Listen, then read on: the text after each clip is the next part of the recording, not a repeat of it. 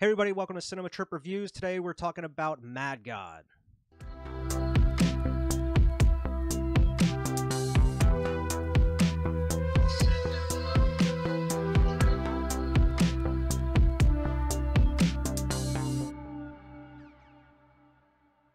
Welcome to Cinema Trip Reviews. Today we're talking about Mad God. I am Wyatt. This week I am joined by Quinton. It is nice to have you back on the show, man. It's been too long. It has. Yeah, I think you were on the first episode of Cinema Trip Reviews. It was the Godzilla vs. Kong review. Oh, crap, yeah. Yeah, so if anybody who's watching hasn't seen that one, go back and check that one out. Maybe a little rough because it was our first review, but it was a good one. But today we're going to be talking about Mad God. This has been in the works for a long time, directed by Phil Tippett, who is a special effects master and guru over the past 30, 40 years in Hollywood. I mean, he's been on a couple of our favorite films, including Jurassic Park.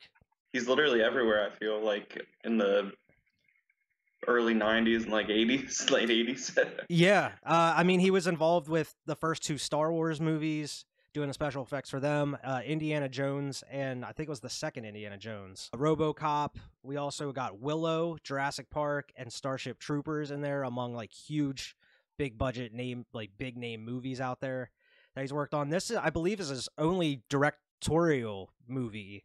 But this has been in the works for 30 years, man. He started work on this in 1987.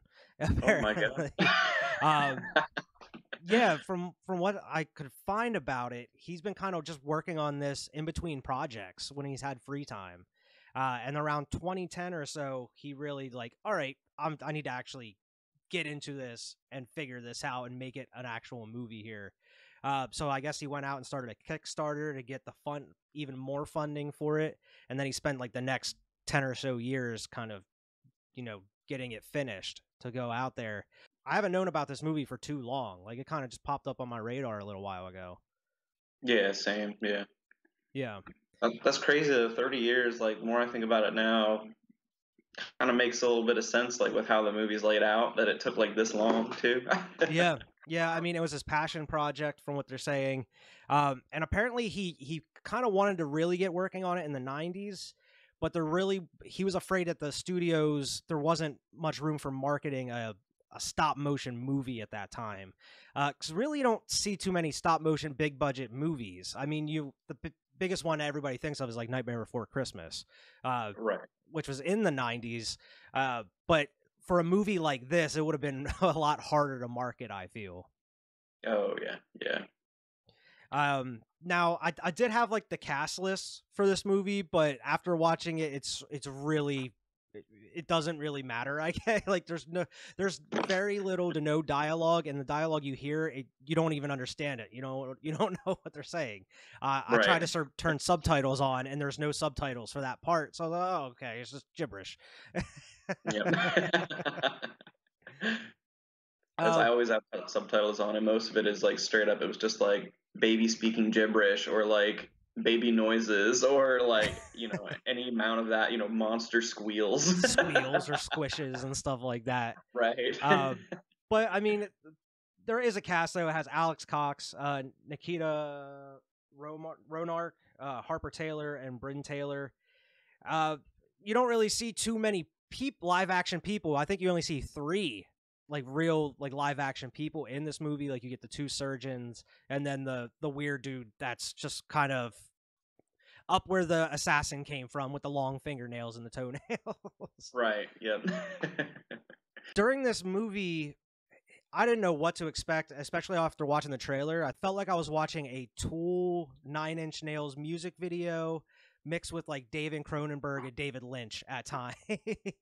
Yeah. Oh yeah, absolutely. And I've been watching a lot of David Lynch stuff recently, so this is like right up my alley. It's right up your alley. Man, yeah, this was quite the ride, and I thought there was going to be a lot more, like, there was going to be more of a story to it, where you can kind of get the gist of just the bigger picture story, I guess, but you don't really know exactly what's happening. It's kind of up for your own interpretation. Right, like it's way more conceptual than like an actual like, scene by scene kind of like plot driven sort of thing. Yeah.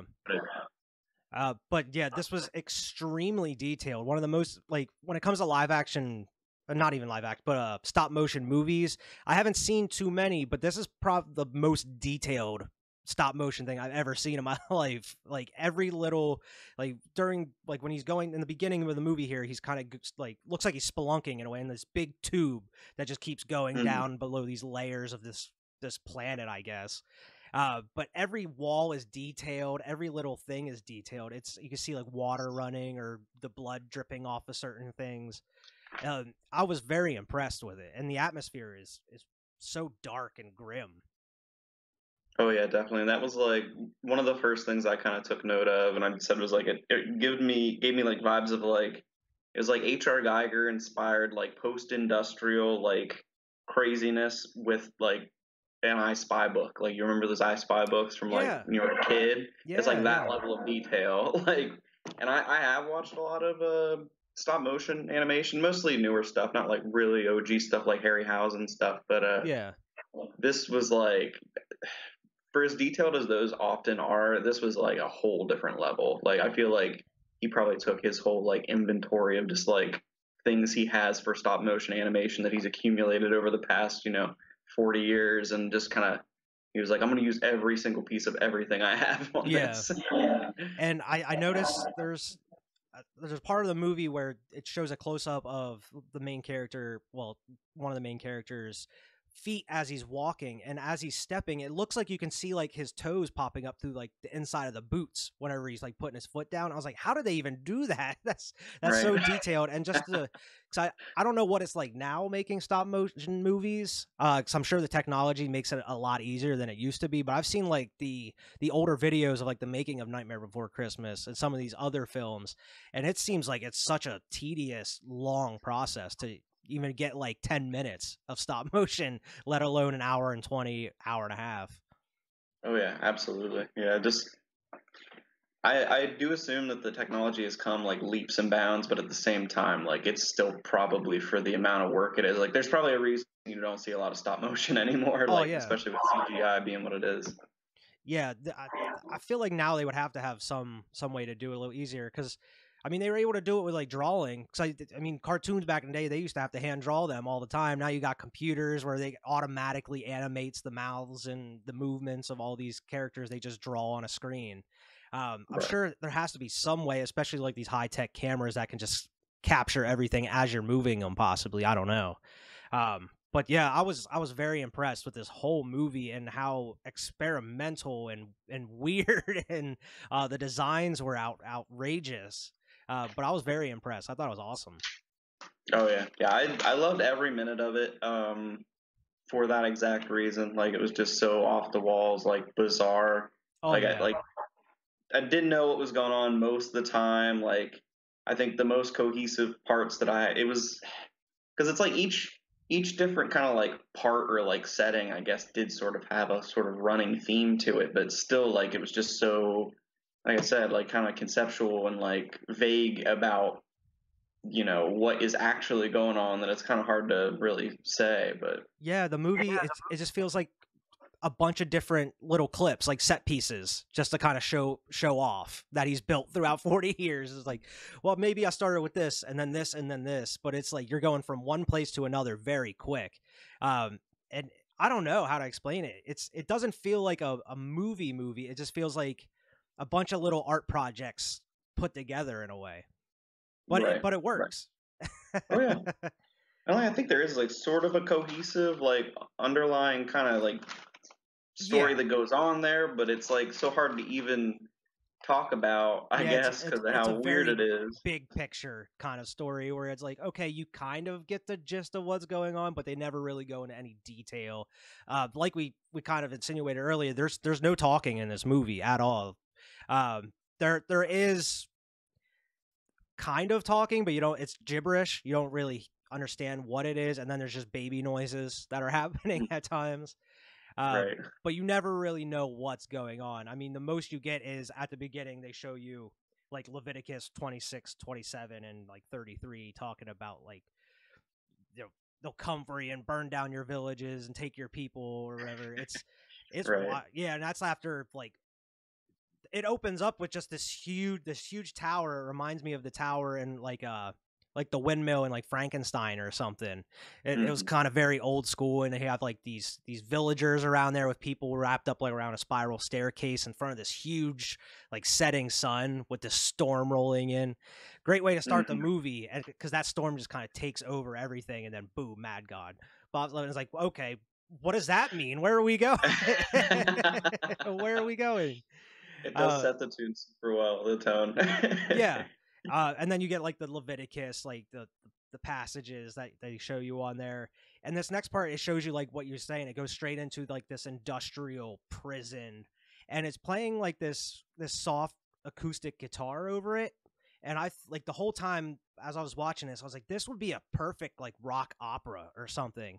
Like you don't even have to have like vocals or lyrics or anything. Just have music setting the tone through this whole thing. It would have been great. Kind of reminded me of like Pink Floyd's The Wall there at the beginning with like the prison and stuff. See, now I've never seen The Wall, but that was like something as I was watching Mad God, I was like, this feels like something from like that era of like yeah. Like, I have no frame of reference at all, but I was just like, kind of seems like that kind of weird craziness that just, you would. Yeah, I mean, it's very similar to a couple of scenes from The Wall from what I remember. It's been a long time since I've seen it. But during The Wall, as you know, like it's playing Pink Floyd music, but then it's just like animation of like bombs dropping and like a war going on and stuff. Very similar to what this was, just not with like the Pink Floyd music. It just had like this very mellow acoustic guitar playing over everything. But the beginning, you get like 10 minutes of just his little pod going down through all these layers of this, I don't want to call it Earth, but this planet, I guess, this land, right, wherever they're at. But you get like the industrial, all these pipes and stuff, and then it goes to like all these fossils and dinosaurs, and then alien, like this huge alien skull is in like the wall of this like underground like cavern.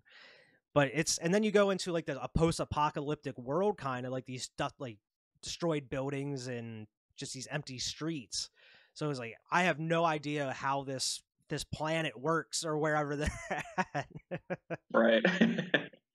I did feel like that whole segment then too is like, get the feeling that, and without, I don't know if it was like so much like political statement so much as it was like sort of a societal kind of like take of like, you get these disposable like people that almost look like they're these humanoid like hair people things. They're just like these clumps of hair in the shapes of people, it looks like. But yeah, like, they're like manufacturing them too.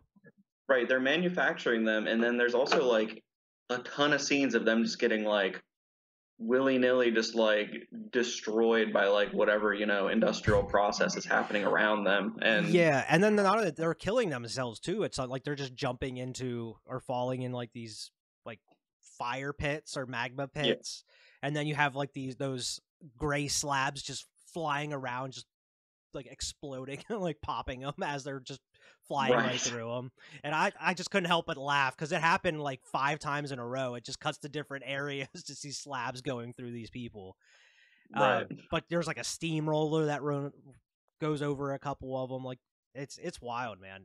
But yeah, they're like manufacturing them out of like these like metal casings that are coming out of like this magma or whatever. It's odd. All of it's odd, but there's a lot more odd stuff in this movie than that. Oh yeah, that's like just scratching the surface, man. That's literally in the first like 20 minutes, right? Like that's just Oh yeah. But you get to meet like, I guess our main character, they call him the assassin from what I saw. To me, he looks like the killer from My Bloody Valentine with the gas mask with like the helmet on and everything. But you really get to see his journey here, at least for like the first half of this movie, just going, and he has this map that is, I thought it was really cool that every time he gets to a new area, that section of the map falls off and then he just gets to nothing. But you just see continuous just crazy shit. Like that dude crawling out of the trash can and grabbing like that little monster, and then the huge monster just drags him out and starts chopping him up with that cleaver. That monster's design is incredible also. Like I was just like, it's so creepy with like the teeth. The big teeth, yeah, like the human teeth. Oh, it's so weird. It's so unsettling. But then you have like the huge monster with like huge balls that's just running around stomping on people and jumping on people and killing them and shitting over everybody. That absolutely killed me. I was like, he's just straight up like, I don't know what that thing stands for. I don't know what like the, what the sort of, like idea behind that was, but I was like, that is like, he went all out with that like model of the monster, because there's several of them, right? Like they kind of are running around and but yeah, just all hanging bits and gooey stuff popping out of them. Yeah, and like as he's going down to the one layer, he opens up like this trap door, and one of like the workers or slaves, I guess, they see him, and they don't. And I guess I thought he was just going to be like, shh, like don't tell anybody. But this monster just comes over and immediately just starts stomping on this dude and jumping up and down on him. But you get a lot of these crazy monsters and beings. Like the one level he goes to is just these giants and these electric like these chairs with electric heads and everything. It's so odd. And all of this movie is odd, but it's impressive, just the creativity behind this and all these different beings. Because there's, other than like the workers, no two things really look alike in this movie. Yeah.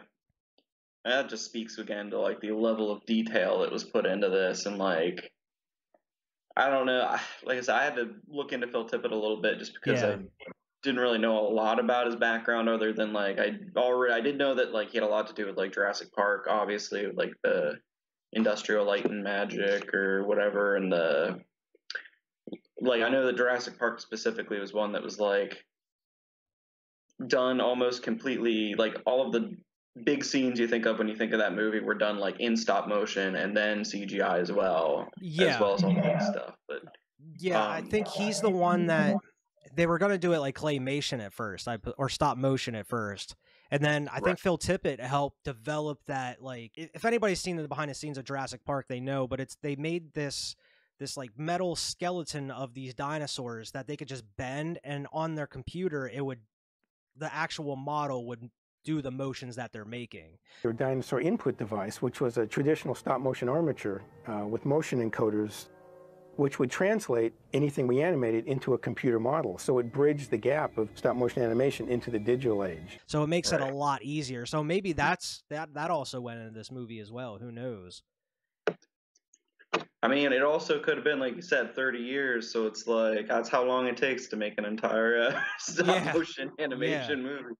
And every time I hear Phil Tippett's name, I remember that meme that was out going around a while ago, because on Jurassic Park, his title was Dinosaur Supervisor, and the meme was like, "Oh, way to go, Phil! When you let the dinosaurs loose, you were the you had one job. You had one job, Phil. Come on." But just so much of this movie speaks more to, I think, just like, I think his mind, like, probably a lot of it is just like his take on the creative process, probably like his take on like just the artistic, like, overall medium in general. But I did watch a little bit of there's a Vice video. It's called My Life in Monsters, but it's Phil Tippett talking about, like, a lot of his career stuff, and he does talk a little bit about Mad God at the very end, and like, I can just kind of do get that vibe that a lot of this is more just like, he's the Mad God in this, in this creative medium. Instead of like Phil Tippett's Mad God, they should have called it Phil Tippett is Mad God. Yeah, he should like be in it, like at the Yeah, I thought he was going to be in it at some point or something. A couple, like, before we go on, the one scene before he gets even deeper, he like pulls out these binoculars and he looks through them, and you see like this house in the distance, and there's like this piano playing, and then you have hot dogs coming, like this window has like a hot dog coming down through it, and then the next one has this like dude playing a piano, and then the third window has like this person just being stabbed, and you see like the shadow of blood flying everywhere. I was like, oh damn, that's pretty violent. And let alone, we didn't even get to the most violent stuff yet. Right. I was gonna say, that's like super early too. Yeah. But as he's going deeper, you notice he's carrying around this briefcase, and then once he gets to this section, you see a ton of briefcases that he's walking into in these suitcases, and he pops it open, and there's a bomb in there, which like makes sense. He's the assassin, so it's like they never answer why he's going down here to try to blow up this area, this world or whatever, but you can tell that they've been trying to send tons of people down here to do it, and now all of them have been unsuccessful. Right. Judging by the mountains of briefcases in that area. Yeah. And as he opens it up, as he's setting the bomb, it's starting to tick down, and he immediately gets tacked. And you don't get to see this monster enough because it looks super cool when it like hops at the camera. It reminds me like Alien a little bit. Right. But yeah, like the bomb like malfunctions and it stops like 5 seconds or like a couple seconds before it's about to explode. And then it begs the question, what's going on in this world? Is time being reversed? Is it going forward? Maybe you get hints of it towards the end of the movie, I guess. But he gets captured, and then this is where you get like the actual live action doctors. They come in and they start experimenting on him. They like rip all of his clothes off. They like turn him into a mummy. He looks like he's bandaged all over with it, except his eye. You can see like his bulging red eye just looking around at different things. But yeah, this is the most like gory, gruesome part of the movie because they're just cut him open and they're just not even just precise surgically going in. This dude is like arms deep in this body, just throwing everything out. Right. And it's like organs and stuff at first, and then you get to like jewelry and like change and books and all this other stuff he's pulling out. Wads of cash. Wads of cash. In blood. And this dude's like, you can still see his eye like moving around, like he's still alive because he had like all these tubes and stuff into him before. I guess that's how they were keeping him alive. But it's like a good 5 or so 6 minutes of them just ripping stuff out of him.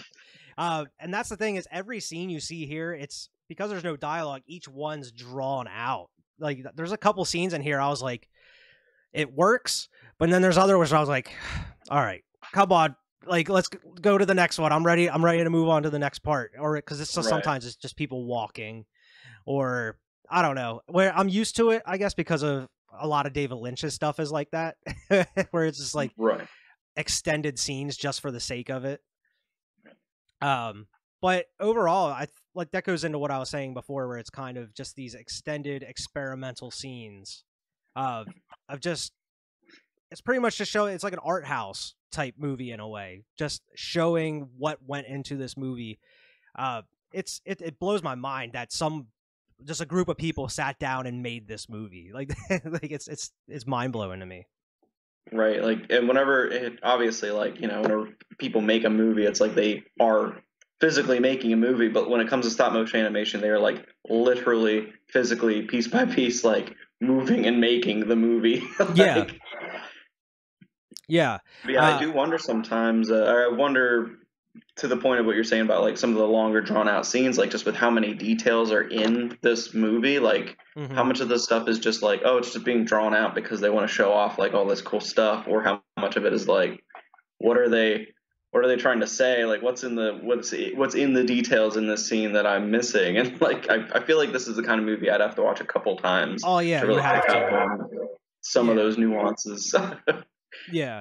Because as they're digging stuff out of this body, the assassin, they pull out like this alien baby that's just crying. It was like, well, what does that mean? Where did this come from all of a sudden? And it's obviously a big deal because the person just like immediately runs out with this baby and runs down the hallway.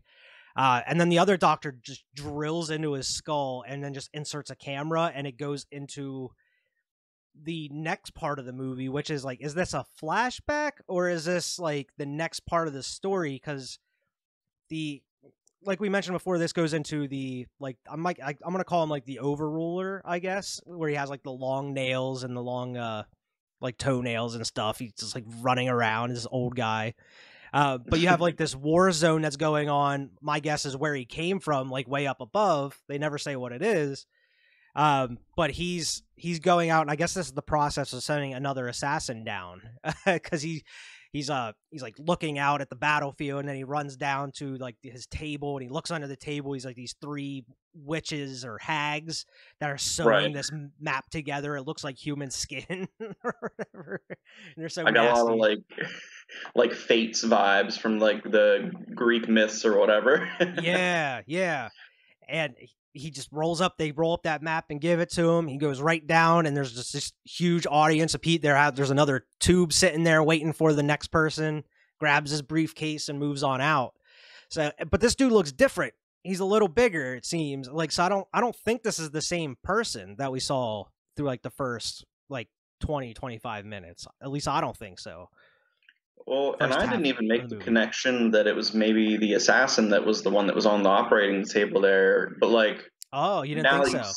I just didn't make the connection, but you absolutely like that would make sense. And like if you go from there too, whenever they put that tube in his brain, like maybe this is a flashback scene that we're seeing, like you said. Yeah, Like, that's what I thought. Like this was him getting ready to actually go down to where he was, but when they send him down and he gets out of, he's like in an actual like destroyed city, like it was like a post-apocalyptic city, but he looks different. Like it's a different mask. It's like kind of a different helmet. He's a little like more portly. He's a little right, chubbier. But it seems like it's a different person. So it makes me think it's not a flashback. It seems like it's just the next person that's going down after this one was killed. right. But you get a lot of cool things. Like he just starts that like that little motorbike, and he's just like riding around on this little bike, and then he like hot wires the old car, and he's driving around in this car across like this desert, and there's like he drives through a big battlefield with like nukes Oh, going off in the distance and tornadoes flying around. But it's oh man, the atmosphere, and it's very cinematic too, and that's what I liked about this, because some of the stop motion stuff, it's not as like cinematic. It's very like up close, like this is what we're doing, but this is like it pans out, it holds on like these far landscapes of what you're seeing, and right. it really sets the scene for what you're seeing, because it goes to so many different areas of this movie, and it really wants you to take it all in. Right. And I think they probably achieved a lot of that through like well not only is, Phil Tippett like obviously like, master of his craft and has been in like the movie making scene for a while, but Yeah, like they also did a lot of mixed media too, and I think that probably helped. Like it wasn't all stop motion, yeah, obviously, because there's like, three people that are like actually kind of in the movie, but um like whenever the car is moving and stuff like that, like when he's driving the car, like I wouldn't call that necessarily stop motion, because I think a lot of that was just straight up just like they had a little car on like a diorama and they were yeah, just and like, they're okay, just driving it around. right. And that's why like I hope once, if this ever gets like a physical release, I hope there's actual special features of like some of the making of this, because I would love to see like the sets that they had made where they were Oh yeah, actually recording this on. that would be awesome. Yeah, where you can see like this little remote car driving around on this big set on the ground or something. It would be really cool to see. Oh yeah. But yeah, as he's driving through there, he gets to like this weird square spiral. It's not even a staircase; it's just a ramp that's going down, and it's so square where he has to kind of cut these corners as he's driving down. And then you go back to present time, I guess, because it goes out of his brain, and you get to see what happens with that little alien baby. And this it goes one of the coolest fucking characters in this movie, and that's the plague doctor that comes Yeah. out Yep. with like the hat with all these things hanging, like trinkets hanging from it, and he's just floating around with these huge like fingers and like sharp Right. fingernails.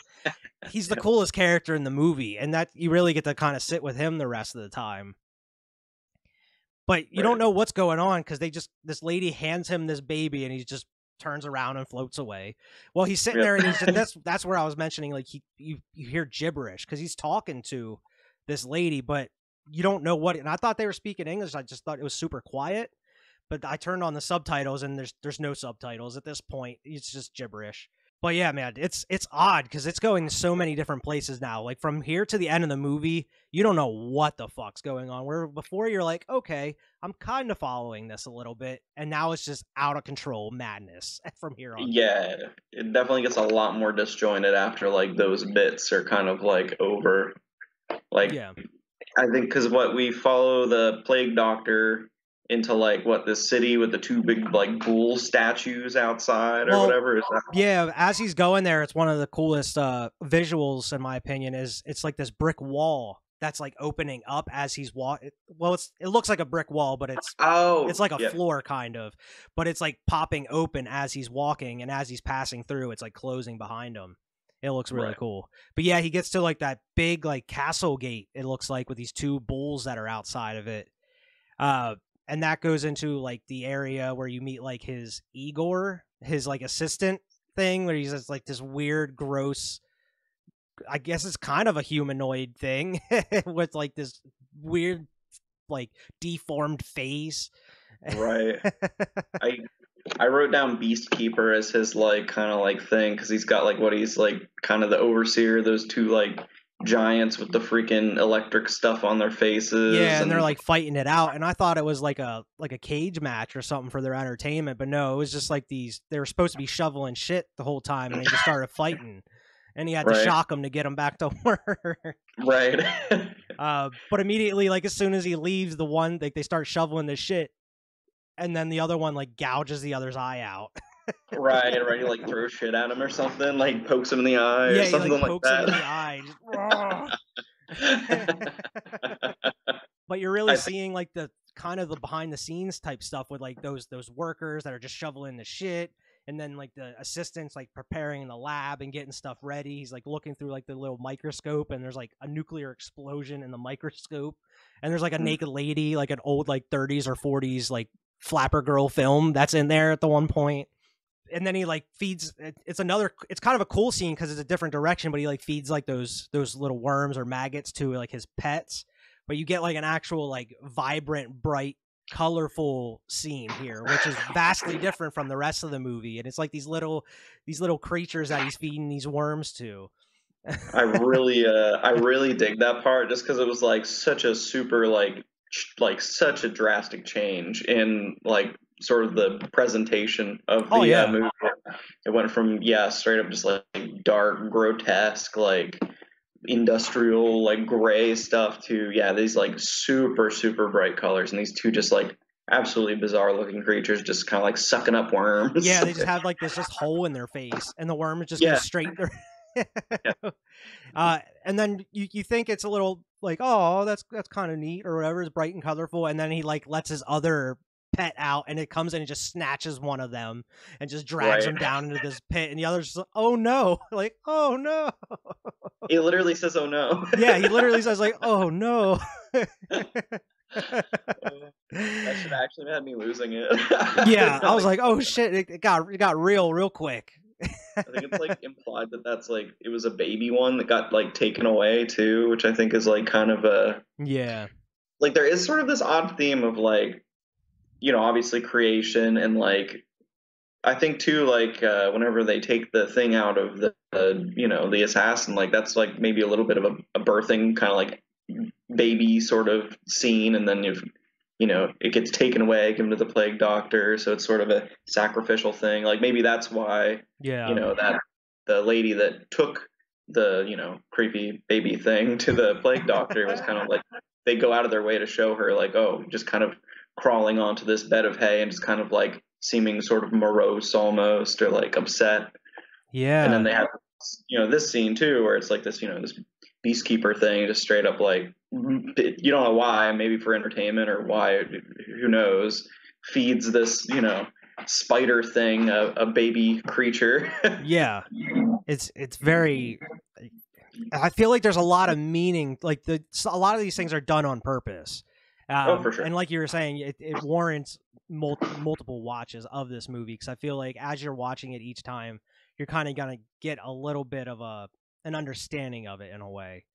But we talked about like the assistant, the actual plague doctor comes back with that baby and meets his assistant, and he like puts it in this machine, and it crushes all the blood and like guts and goo out of it, and then he like mixes it with like this dust or powder and creates like an ingot, like a metal ingot out of it, I guess, or this just metal brick. And then he like crushes it with like this weird powder, and he throws this powder into the furnace, which causes the Big Bang and creates panic, like a galaxy and planets and stuff. I got big like Space Odyssey vibes, honestly, from that whole... I had it written down. Like, this is totally 2001 Space Odyssey stuff right now. Mixed with I know you haven't seen it, but there's Twin Peaks: The Return that came out in 2017. Part 8 is just this super out there David Lynch experimental trip that like kind of has stuff to do with Twin Peaks, but at the same time he's like, fuck this, I'm going to do my own art project and just throw it in the middle of this season, because it's just all these crazy, you go inside of a nuclear bomb as it's exploding, you see all these like particles flying around and like these colors and bright lights and stuff, and it goes on for like 10 minutes, dude. It's wild. But that's what it makes me think of. This is like David Lynch mixed with like David Cronenberg and a Tool and Nine Inch Nails music video. It's so out there because from here you're just getting tons of weird visuals and planets, and you see UFOs like flying in and destroying things. I have no clue what this means, because then it wraps up pretty quickly with this, because as it's ending, it goes back to like that initial bomb that the assassin planted in the beginning there, and it actually ticks down and it just kind of cuts to black, and you're like, well, did it explode? What happened?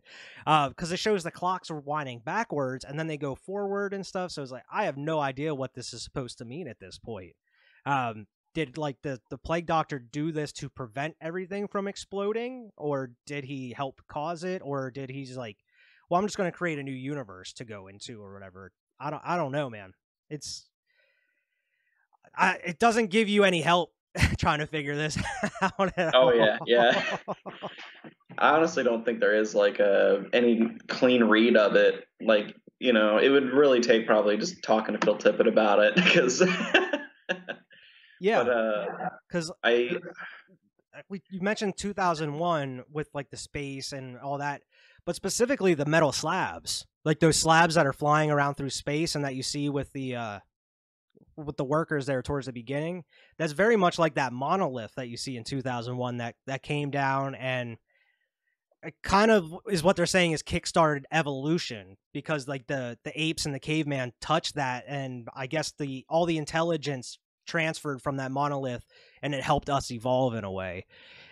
From what 2000, according to 2001, but it seems like it's kind of in the same universe as 2001 in a way, because those monoliths. I don't know, but it seems like there's kind of references to all these different things, maybe that Phil Tippett has worked on as well, kind of just shoved into these things, from like Starship Troopers to Star Wars and Jurassic Park, and just even films in general like 2001. It seems like he kind of threw little like Easter eggs out there for each one of these movies in a way. Oh, for sure. I mean, whenever the assassin is like descending through the layers, like, you know, the dinosaur bones, like that's clearly probably an homage to Jurassic Park / he actually did his own short film. So I guess he has directed before, but it was just like a straight up, just like a stop motion film. Yeah, short film. Prehistoric Beast, which I guess was like, he was apparently really into dinosaurs as a kid, so very relatable.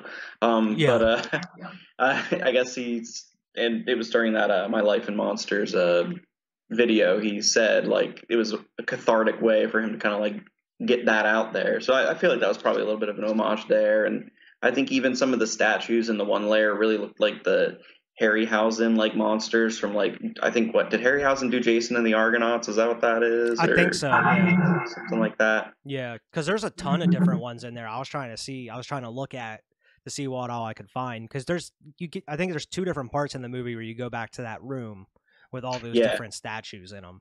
But yeah, as all these things are exploding and everything, it cuts back to that timer and it ticks down like the bomb's gonna explode, and then just cuts to black, and then you get like this really small clip of just like that. You're going back to like the overruler up top there with the nails, just looking down that hole where they sent like the pod down through, and then it just cuts to black. Whereas like, is the person coming back up? Is there someone coming up? And they're looking down, or what does that insinuate? Like, I don't know what that means either. And then there's like an after credits where it's just that eye looking around, a close up of an eye looking around. But I have no clue what to make of the story at all, if you can say there is one. But all I know is I was super impressed by everything I saw in this, and just all the work that it took to make this movie, I mean, 30 years is wild. And you could totally tell that he put his passion into this movie down to every little detail. Oh yeah. Yeah, and it's like just visually such a treat, like that it's honestly fine that a lot of the story is maybe a little bit, like not really cohesive, I guess, at least in like a sense that I think would make sense unless you watch it like a ton of times maybe, but I'd say it's definitely not even a completely linear storytelling experience, which I'm always into, but yeah, I'm not sure if you could have, even if you could have tried to do this live action or animated, I don't think it would have worked the same. I feel like if you watched an animated version of this or a live action version, it wouldn't have been as impressive. You would have maybe gotten bored after a while because there's just no dialogue. You're just sitting there watching this thing. Whereas with the stop motion, I'm analyzing every little thing. Like, oh, how did they even make that? Like, where did they create the idea for this? Like, look how detailed that is. Like down just on his jacket, like the helmet, the gas mask, all the monsters. Like you see like sweat and goo dripping off of certain things and just water like going down these walls. Specifically, I forget, I think it was the second assassin dude he's going down that spiral staircase and he lit that light that he has. And as he's walking, it's just this dark, like damp cavern that he's walking through and all the walls are just oozing like water. And I don't know. It just makes out all the little like details and ripples on the walls and the stones and like these vines and stuff that are in there. It's just it's remarkable how they even did this, man. Like it must have took tons of time just to build the actual individual sets themselves, let alone make the movie. Oh yeah, absolutely. That's probably all the more reason why like I just get this vibe that it's just Phil Tippett just using like every resource that he's like accumulated over the past probably, like you said, like 30 years and just kind of was like, we're doing it all. I'm gonna make this work. Yeah. Now, I know we talked about it, but who do you think is the Mad God? Is it Phil Tippett?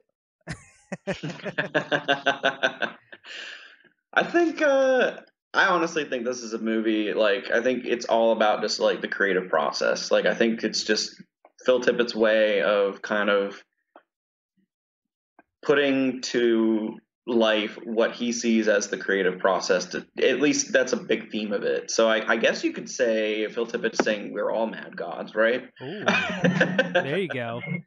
But yeah, I would say like, Phil Tippett, or either like that or that dude that keeps sending these things down knowing that they're gonna die. It's like madness. Where it's like the definition of insanity, doing one thing over and over when you know the result.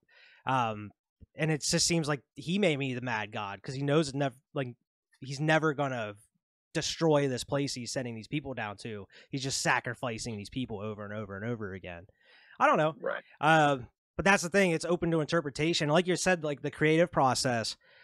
This reminded me a lot of, and I mentioned David Lynch, but Inland Empire, a movie. Go back and watch the review for that one. I didn't know what the fuck was going on the whole movie at all. I mean, the first 20 minutes, half hour, you understand what's going on. It's kind of a story. But the rest of the movie, and it's 3 hours. It's not an hour, 20-minute movie. This dude made a 3-hour movie of just experimenting with shit. He made it on a Sony handheld camera, and he got with Laura Dern, and he's like, you want to get together and experiment? And literally they were filming it as he was like writing it. He was just coming up with ideas and filming it. So that it seems like this is the practical effects, visual effects version of that, where he's just like, I'm going to take all my, how many years, 60 years of experience and throw it all into this movie, and you're going to get everything that I have. Where I felt like that was very similar to what David Lynch was doing with Inland Empire. But yeah, I mean, we usually do like a buy it, rent it, or miss it type thing, which I don't think this is even available to buy at all. I think it's just on Shudder exclusively right now. But I would recommend it for anybody that's interested in like not only stop motion, but just creativity and art and just seeing weird shit. Yeah, it is super artsy. Like it's super artsy in like the most, like grotesque like kind of way you could imagine. Like it's very gritty, very gooey for a movie. Yeah, you kind of feel like you need a shower afterwards Oh yeah, after yeah, watching absolutely. it. it's, I it's would say yeah, if you're like an artsy type that likes stop motion or like even just I'd say like film history, just because Phil Tippett has been such a integral part in the effects of so many like big like landmark movies. I'd say probably buy it, but I mean other than that, I'd say rent it for a crazy visual trip, right? Yeah, and I mean it's not even that long. It's only like an hour and 20 minutes or so. It goes by pretty fast because at least I was locked in on this. I was trying to figure out what was going on. I was trying to analyze every little thing. And before I knew it, it was over. But by far, my favorite character though is that plague doctor, man. Oh yeah, He was so cool, creepy. like, He was so cool. such a cool design. Yeah, he was such a cool design with like he was like a Grim Reaper plague doctor in a way. But I definitely recommend this movie though. I don't know if the average just like moviegoer would like it that much. I feel like you would have to be into either stop motion or just artsy stuff or creativity in general. Because I just like seeing just either directors or just like these different artists go out and experiment with different things. So you don't get to see a stop motion movie every day. So especially seeing one out as crazy as this and out there, it's pretty refreshing. Oh yeah, absolutely. One little bit that I do want to bring up is the like right whenever the assassin lands during like the first kind of like the first part is there's little like gnomes, the little like weird live action like gnomes that he steps on. Yeah. They really reminded me of Kevin Smith and oh god, what's that movie with all the little guys? Are they like little Hitlers or something? Yoga hosers. Yeah, they're like Yoga hosers. They're like Nazi bratwursts or whatever. Yeah. I just thought you would appreciate that I made that connection because. Yeah, I thought I didn't think of that, but I thought of like Army of Darkness, like the little little ashes where he's like trying to stomp on them. There may be a little bit more like that. But yeah, that was an odd, and they look like specific gnomes too, because they're wearing like the red hat with the blue like tunics. Right, but he immediately like steps on him and squishes him. Right. Like as soon as he lands. It's such a weird throwaway, and when I saw it, I was kind of like, that reminds me of yoga hosers. Like, oh yeah. But yeah, this is I know we tried our best to break the movie down. We kind of went in chronological order, I guess, as the movie is, but with as wild and out there as this movie is, it's really hard to kind of go beat for beat and break a story down because there really isn't much of one in this. Right. Not what you'd call like a cohesive one. I hope everybody liked the review. Make sure to like, share, and subscribe. Make sure to go check out all our content across the Waves 5 Media channel and Cinema Trip Reviews channel. Make sure to go follow us on Twitter at Waves 5 Media. And we'll see everybody next week for the next review.